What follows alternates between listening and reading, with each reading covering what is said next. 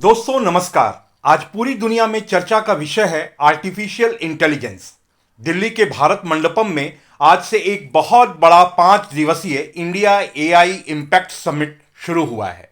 देश विदेश के बड़े बड़े नेता, वैज्ञानिक और टेक जाइंट जुटे हुए हैं।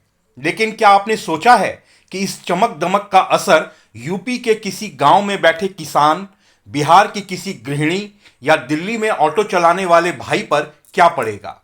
कई लोगों को कहते सुना है कि भाई यह तो मशीनों का दौर है, हमारी नौकरी तो खत्म हो गई समझो। आज हम इसी डर की परतों को हटाकर समझेंगे कि एआई हमारे लिए दुश्मन है या एक बड़ा मददगार। आप देख रहे हैं जन प्रसंग और मैं हूं श्वेत केतु। सीधा कहूं तो एआई कोई रोबोट भूत नहीं है, यह एक स्मार्ट दिमाग है जिसे हम जैसे इंसानों ने ही बनाया है। जैसे एक छोटा बच्चा चीजों को देख देख कर सीखता है, वैसे ही यह कंप्यूटर करोड़ों जानकारियों को पढ़कर स्मार्ट बन गया है। अगर आप अपने मोबाइल पर गूगल असिस्टेंट से पूछते हैं कि आज का मौसम क्या है, और वह जो जवाब देता है वही आर्टिफिशियल इंटेलिजेंस है।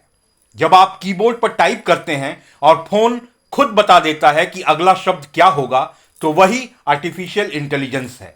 यह कोई जादू नहीं बल्कि एक नए जमाने का औजार है। अब एक बड़ा सवाल यह है कि जो लोग कम पढ़े लिखे हैं उनके लिए यह क्या काम आएगा। तो आइए इसे समझते हैं। सबसे पहले इससे भाषा की दीवार खत्म हुई है। अब आपको अंग्रेजी सीखने की जरूरत नहीं है।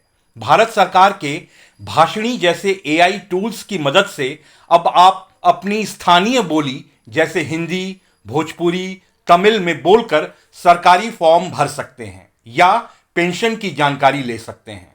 इससे खेती में क्रांतिकारी बदलाव आया है। एआई अब यह बता सकता है कि आपकी मिट्टी को किस खाद की जरूरत है।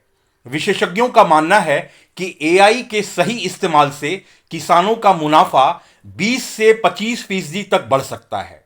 गांव-गांव तक इसके जरिए डॉक्टर की आसान पहुंच हुई है। जहां बड़े अस्पताल नहीं हैं, वहां आर्टिफिशियल इंटेलिजेंस सिर्फ एक फोटो को देखकर आंखों की रोशनी या शुरुआती बड़ी बीमारियों को पकड़ रहा है। यह तकनीक स्वास्थ्य सुविधाओं को सस्ता और सटीक बना रही है। अब बात करते हैं उनकी जिन्हें डेटा पसंद है।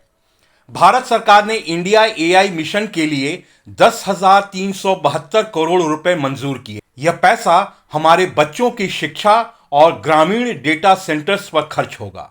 नेस्कॉम के आंकड़े कहते हैं कि 2035 तक आर्टिफिशियल इंटेलिजेंस भारत की जीडीपी में 957 अरब डॉलर जोड़ सकता है। वर्ल्ड इकोनॉमिक फोरम के मुताबिक आर्टिफिशियल इंटेलिजेंस दुनिया भर में 8.5 करोड़ पुरानी नौकरियां भले कम करे, लेकिन 9.7 करोड़ नई नौकरियां भी पैदा करेगा। भारत में एआई डेटा एनोटेशन जैसी नई फील्ड्स में ग्रामीण युवाओं को घर बैठे काम मिल रहा है। दोस्तों, हकीकत कड़वी है पर सच है। एआई उन नौकरियों को प्रभावित जरूर करेगा जो मशीनी है, जैसे डेटा एंट्री या साधारण गिनती। लेकिन याद रखिए, जब कंप्यूटर आया था तब भी लोग डरे हुए थे, पर आज कंप्यूटर ने करोड़ों को रोजगार दिया है।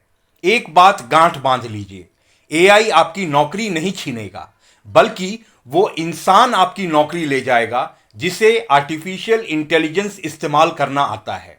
इसलिए हमें डरना नहीं है, बल्कि इस स्मार्ट औजार को चलाना सीखना है। दिल्ली का यह समिट हमें एक ही संदेश दे रहा है। भारत अब तकनीक का उपयोग करता नहीं, निर्माता बनेगा। हम डिजिटल डिवाइड को खत्म कर रहे हैं। तो अगली बार जब आप आर्टिफिशियल इंटेलिजेंस का नाम सुने तो घबराएं नहीं। अपने मोबाइल को सिर्फ मनोरंजन का साधन नहीं, सीखने का जरिया बनाएं, क्योंकि भविष्य स्मार्ट होने के साथ साथ सशक्त भी हो रहा है।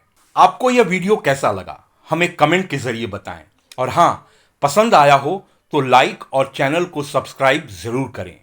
फिर मिलेंगे नए विषय के साथ।